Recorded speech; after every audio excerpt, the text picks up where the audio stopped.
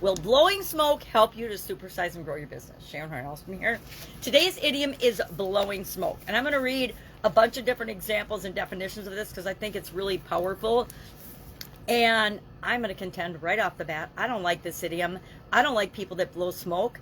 I hope that I never am one or considered one or thought to be one by other people, because it's not a very positive idiom in many aspects. So I would contend, don't do this if you want to supersize and grow your business, because people are looking for genuine, honest, ethical, real people to do business with, because assuming that's who they are, of course. And blowing smoke will create just the opposite effect of what you want.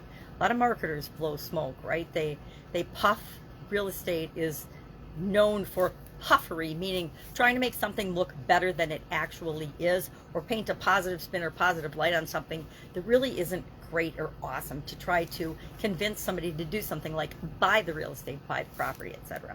So this, I like where this idiom came from. It actually came from old magicians' tricks, where they used to use smoke and release smoke in order to cover up the tricks that they were doing, the maneuvers they were making behind the scenes to make it look like real magic.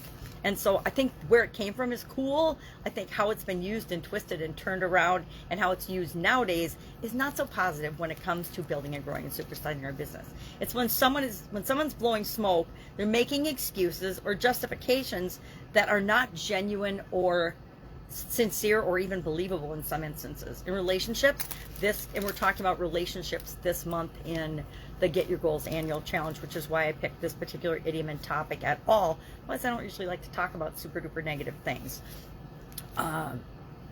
But in our relationships, it's when one person will downplay their actions or behaviors in order to make themselves look better, or in order to provide insincere explanations, etc. Other examples of it are when someone makes a plan with no intention of following through. Do you know people that talk, but never do what they say they're going to do? To me, that's an example of somebody that's blowing smoke. To intentionally misinform or deceive someone is an example of blowing smoke.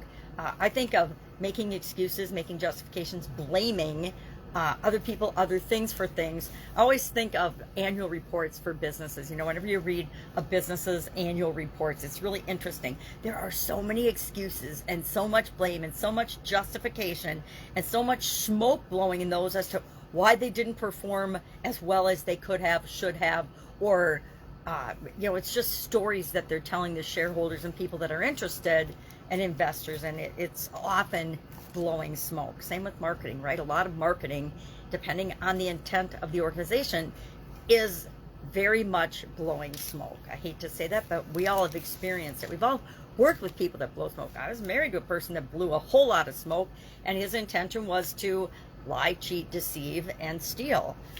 To conceal a secret behind a stereotyped situation, to cheat someone and try to act innocent, to when someone is trying to cover up some sort of trick or something that he or she did, and then apply it to you. Say that, oh, it's your fault I behaved this way. It's your fault I did this. You made me do this. Things like that.